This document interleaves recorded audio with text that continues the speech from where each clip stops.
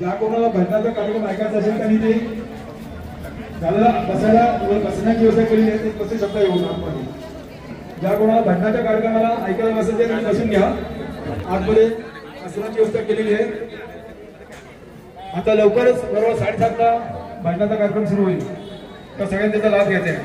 श्री पाकाळ बुवा मुरबाड त्यांचं भजन, सुंदर भजन आहे, सगळ्यांनी त्याचा लाभ घ्यायचा.